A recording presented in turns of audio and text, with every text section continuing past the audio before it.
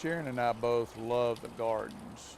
We love creating the gardens. We love walking in the gardens. It's a very serene to be able to walk down and sit on the boat dock and have a glass of wine. It's peaceful. It can be serene. It can be very hard work. It's just home to me. Well, it's been a roller coaster ride because we started off overgrown.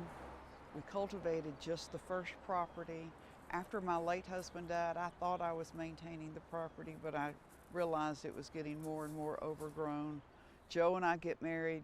Now we've really cleaned things up. And we've got more people who really understand about our garden who are helping us with it now. And I think that they enjoy our garden as much as we do.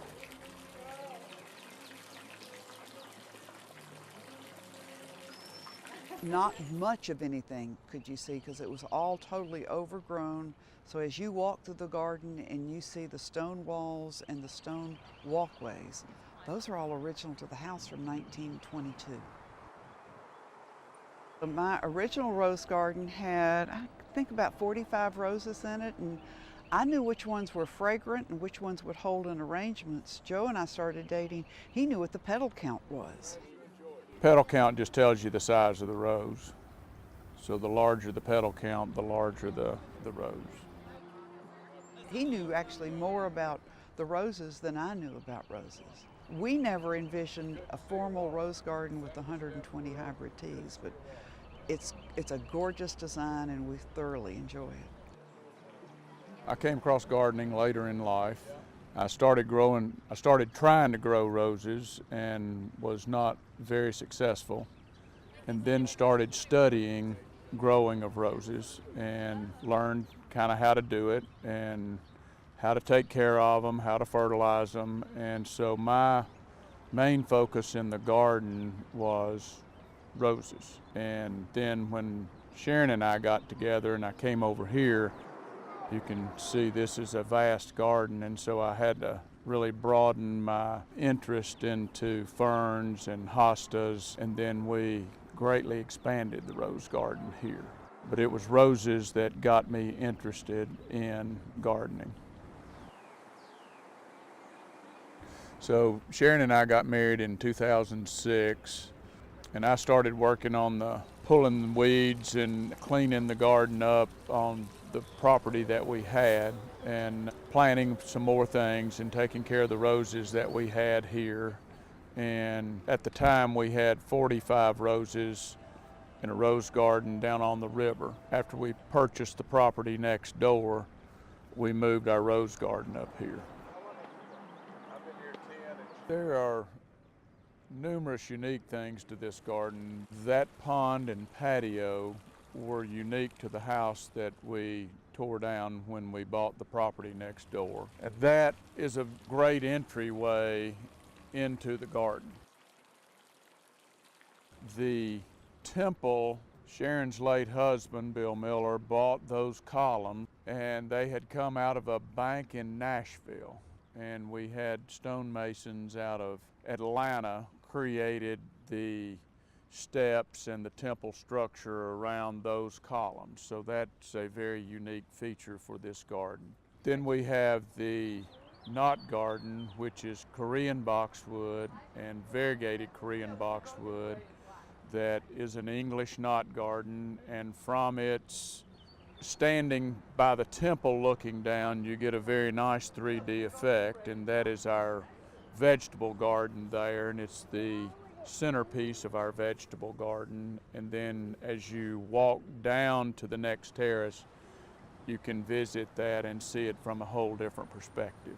So we greatly enjoy the knot garden. And then for those that are young of heart and want to make the trek, just the walk on the pathways through the slope garden is fun, but I tell everybody, if you walk down, you likewise have to walk back up. We figure we spend so much time and money and effort in this garden, we might as well share it with others. So it's really been our pleasure to share the garden with the community, whether it's not-for-profits or the University of Tennessee. Sharon and I both obviously love this garden. We are very proud of what has been created here, and there have been numerous folks that have helped us create the garden that we have today. And one of the greatest joys is to be able to share it with people. I've done probably 10 area garden clubs that we've hosted over here for them to walk and see this garden. We've been a feature garden on the Dogwood Arch. We have opened the garden for rose societies from Michigan and numerous places. So we obviously love doing it, and we love being able to share it with folks. This garden was featured in Southern Living in 2013. That was a fun time for us, and the garden, we worked really hard. All our folks worked really hard, and the garden was in fabulous shape. The summertime gets a little hot, and thank goodness we have the river, so we have a water source. It's not usually too cold, so that most of your plants will survive a terrible winter. So I think it's a wonderful place to have a garden. Well, we can talk about working in the garden, but the reality is we've got this bucket that has 3 tubes, and we put water in 2 of the tubes, and we put a wine bottle in the 3rd tube, and we go for a walk in the garden with clippers. And thank goodness we have people who are doing the majority of the weeding now, and we're just cutting flowers and just relaxing and enjoying walking in the garden. And it depends on the time of day and what's in bloom as to what the favorite place is. We've got a lot of different places to sit and have quiet time.